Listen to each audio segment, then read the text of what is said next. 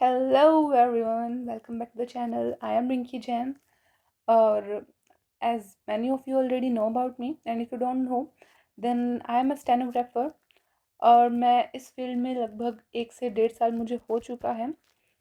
और इससे पहले मैं यूट्यूब के थ्रू और टेलीग्राम के थ्रू बच्चों को गाइड करती आई हूँ।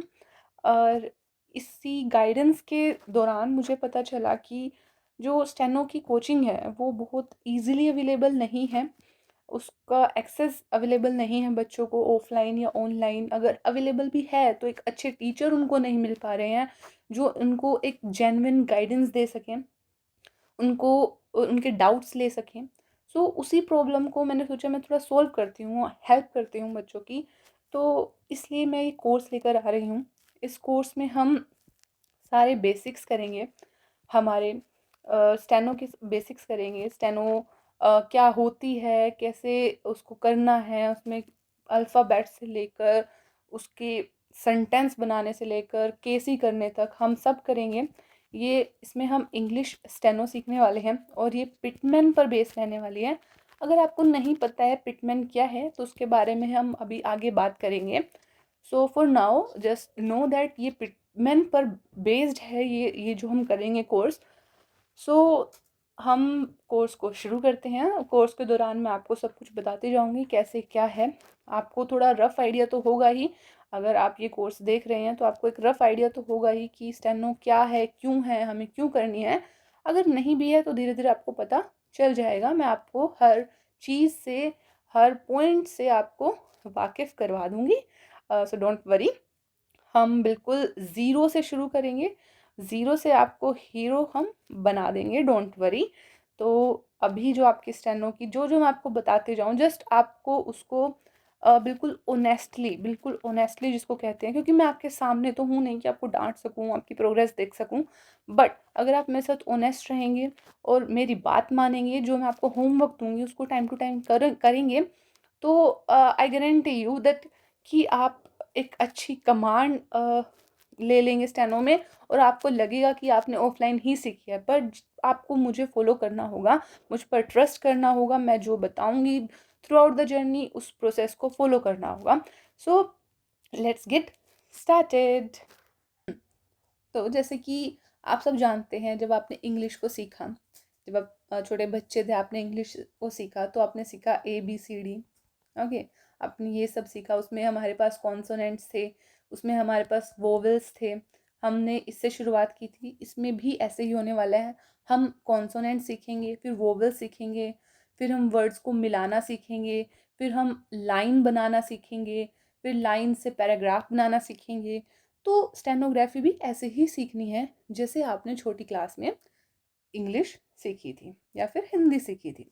ठीक है, इसमें कुछ भी ऐसे अलग प्रोसेस नहीं है, सेम वही जो हम बचपन से सीखते हैं वैसे ही सीखना है। बस इसमें डिफरेंस क्या है? इसमें डिफरेंस है कि ये साउंड बेस्ड है, ये फिनोटिक है। ये साउंड बेस्ड कैसे है? सी, जैसे हमारे पास एग्जाम्पल लो, हम CALM काम यानी शांत, हम इसको CALM लिखते हैं इंग्लिश में तो इतना बड़ा, पर हम इसको स्टेनो में कैसे लिखेंगे? हम स्टेनो में इसको इसकी साउंड से लिखेंगे। हम इसको ऐसे ऐसे लिखेंगे, काम। ये जो लाइन है ये प्रेजेंट करती है क, ये रिप्रेजेंट करती है आ, और ये म, काम। आपको डरने की ज़रूरत नहीं है साइंस देखकर, ये हम सभी साइंस सीखेंगे।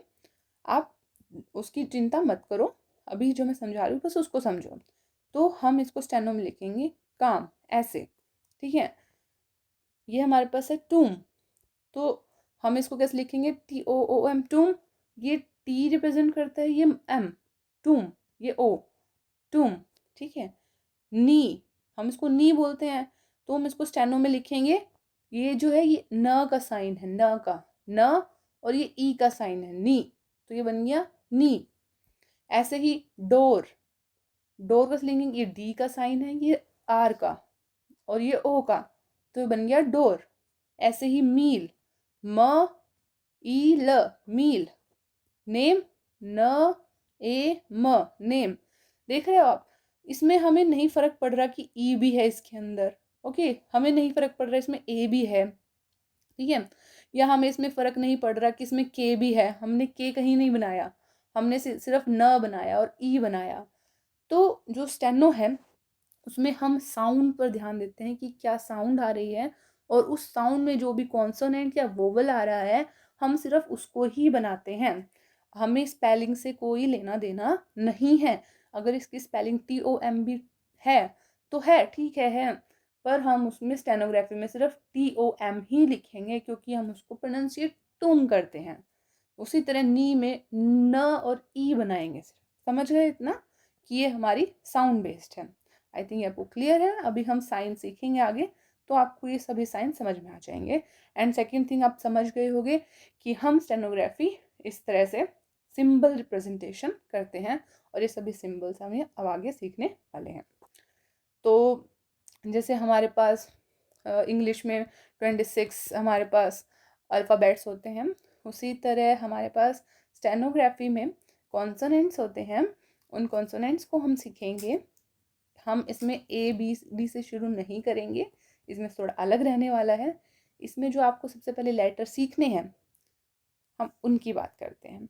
हमारे पास फर्स्ट लेटर है P, then B, T, D, J, J, K, G यानी J। तो P के लिए हम P को हम कैसे लिखते हैं, अभी डरना नहीं है, बस आप सीखने पे फोकस करो।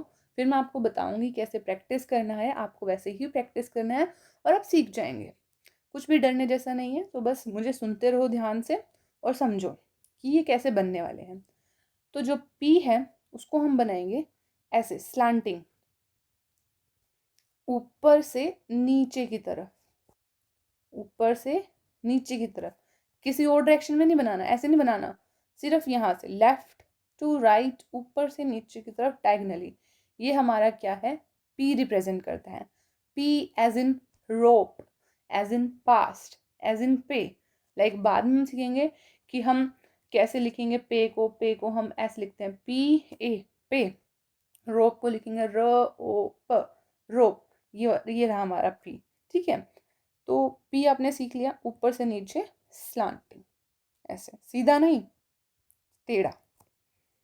उसके बाद हमारा B, बी बी भी ऊपर से लेके नीचे तक सेम है। आप कहोगे इसमें और इसमें तो कोई डिफरेंस ही नहीं है, P भी सेम है, B भी सेम है, तो हम डिफरेंस कैसे करें। पर अगर आप ध्यान दोगे तो ये जो P है वो लाइट बनाया है मैंने, इसकी जो लाइन है पतली है, और ये जो B है ये मोटा है, ठीक है। ये पतलू है, ये मोटू है। तो हमारे पास स्टेनो में दो पेयर बनेंगे, पतलू एंड मोटू। ओके, तो ये P पतला रहेगा, B मोटा रहेगा, साइन सेम है। और ये आपको पेंसिल से बनाना है। जब आप पेंसिल को अगर थोड़ा हल्का चलाओगे तो P बन जाएगा, आप उसको दबा के चलाओगे तो B बन जाएगा। ओवर राइटिंग नहीं करनी है आपको, ऐसे ऐसे नहीं करना है आपको, अपने हाथ उसको लाइटली बनाना है। लाइटली पेंसिल, देखो अब ये डिजिटली तो नहीं बन पा रहा, बट आप पेंसिल से आराम से बनाओगे हल्का तो हल्का बन जाएगा, डार्क जोर से दबा के बनाओगे तो डार्क बन जाएगा। बट ओवर राइट नहीं करना है, ऐसे ऐसे नहीं करना है, एक बार में ही बनाना है। तो P बन गया, और डार्क बनाओगे तो B बन जाएगा। यहाँ पे लिख देती हूँ, ये डार्क है। ओके, समझ में आ गया होगा। B एज इन रोब, हमारे पास रोब। देखो अगर आप इसको हल्का बनाओगे तो रोप बन जाएगा, अगर डार्क बनाओगे तो रोब बन जाएगा। समझ गए। बे, बे में अगर आप इसको हल्का बनाओगे तो पे बन जाएगा, डार्क बनाओगे तो बे बन जाएगा। ओके, तो P और B का क्या हो गया, पेयर हो गया, लाइट एंड डार्क का। फिर उसके बाद टी कैसे बनेगा, लाइट बनेगा। लाइट, लाइट है ये वाला, ठीक है। लाइट में बिल्कुल सीधा ऊपर से लेके नीचे तक बिल्कुल सीधा वर्टिकल, ये हमारा टी है। T as in T shirts, T as in tip, T, ये गलत लिखा हुआ है, ठीक है।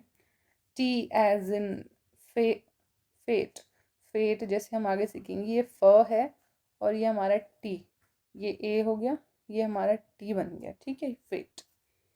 तो टी बनाना आ गया। फिर हमारे पास डी, टी और डी का हमारे पास पेयर बनता है डी। अगर हम इसको मोटा बनाएंगे, डार्क बनाएंगे, पेंसिल को गाढ़ा चलाएंगे तो हमारा डी बन जाएगा। ये भी ऊपर से नीचे बनाना है, नीचे से ऊपर नहीं बनाना कभी भी, ऊपर से नीचे। जो मैंने बताया है सेम वैसे ही बनाना है, अपना दिमाग नहीं चलाना इससे ज़्यादा, ना क्रिएटिविटी दिखानी है कि हम इसको नीचे से ऊपर बना देते नहीं, आगे जाके दिक्कत है। ऊपर से नीचे D, D as in fade, as in dip, as in odd, fade, ठीक है। वहीं पर देखो ये फ, ये ए और ये, अगर आप इसको लाइट बना दोगे तो ये टी बन जाएगा, गाढ़ा बनाओगे तो डी बन जाएगा। तो यही आपका फेट भी हो सकता है और यही आपका फेड भी हो सकता है। डिफरेंस क्या है कि ये डार्क या लाइट होगा। तो इसलिए डार्क और लाइट करना अभी के लिए बहुत इंपॉर्टेंट है। बाद में जाके डार्क और लाइट खत्म हो जाएगा, वो एडवांस स्टेज पर होगा, बट अभी के लिए आपको इस चीज़ का बहुत ध्यान रखना है, लाइट एंड डार्क का, वरना आप रीड नहीं कर पाओगे वर्ड्स को करेक्टली। फिर हमारे पास आता है नेक्स्ट है चे, सी एच, इसको हम बोलते हैं चे, ठीक है, या च या चे। तो इसको हम बनाते हैं ऐसे, हमने ऊपर बनाया था पी और बी इधर से लेफ्ट टू राइट नीचे की तरफ, बट ये राइट टू लेफ्ट नीचे की तरफ बनाओगे तो बन जाएगा चे और जे, चे और जे। चे हमारे पास लाइट है, जे हमारे पास डार्क है। Ch as in H, as in chest, as in choke, जैसे चोक, जैसे जाबर चोक, ठीक है। वहीं पर अगर आप इसको, ये यही चोक है और यही जोक है, अगर आप यहाँ पे इसको लाइट बनाओगे तो चोक है, अगर यहीं आप इसको डार्क बना दोगे तो जोक बन जाएगा, ठीक है, समझ रहे हो, लाइट डार्क। फिर हमारे पास नेक्स्ट है के बनेगा इधर left to right horizontal, left to right horizontal हमारा के बनेगा, as in leak, as in Kate, as in pick. देखो वही फिर हमारा जो जी है उसको गे बोलेंगे या जी बोलेंगे, ग की साउंड देगा, ठीक है, ग की साउंड। तो ये डार्क है, ये लाइट है, के और गे का पेयर है, के गे, लाइट, ये डार्क, ये लाइट, ये डार्क। तो एज इन देखो पिक, यही हमारा पिक है, यही हमारा पिग है। अगर इसको लाइट कर दोगे तो पिक, इसको डार्क कर दोगे तो पिग, ठीक है। वहीं अगर मैं इस पी को, अगर मैं इसको लाइट रखूंगी तो ये पी बन जाएगा, और अगर इसको डार्क रखूंगी तो बी बन जाएगा। तो ये हमारा बिग भी बन सकता है, यही हमारा पिक भी बन सकता है, ठीक है। इसको समराइज कर देती हूँ। हमारे पास पहले लेटर्स कितने हैं, 1 2 3 4 5 6 7 8, 8 हैं। इनको याद कैसे करना है, बार बार बोल के, P B T D, P B T D चे जे के गे, पी बी टी डी चे जे के गे, ऐसे बोलना। पी बी का पेयर है, टी डी का पेयर है, चे जे का पेयर है, के गे का पेयर है, सॉरी। तो पी हमारे पास लेफ्ट टू राइट स्लांटिंग, ऊपर से लेके नीचे आना है, बी ऊपर से लेके नीचे आना है, डार्क है, टी ऊपर से लेके नीचे हॉरिजॉन्टल, बिल्कुल 90 डिग्री पर बनाना है, 90 डिग्री पर, ठीक है। और ये लाइट है, डी डार्क है, चे हमारा राइट टू लेफ्ट आएगा, स्लांटिंग आएगा एंगल पर, सी ये एंगल बन रहा है ऐसे, स्लांटिंग आएगा, और फिर जे स्लांटिंग आएगा, ये डार्क होगा, चे लाइट है, के लाइट है हॉरिजॉन्टल, गे डार्क है हॉरिजॉन्टल, ठीक है। इसके बाद जब पिटमैन, मैं आपको बताती हूँ पहले पिटमैन क्या है। तो आई थिंक आपको यहाँ तक सभी कॉन्सोनेंट समझ में आ गए होंगे। अभी आप प्रैक्टिस करेंगे तो आपको याद भी हो जाएंगे। मैं बताती हूँ कैसे प्रैक्टिस करना है।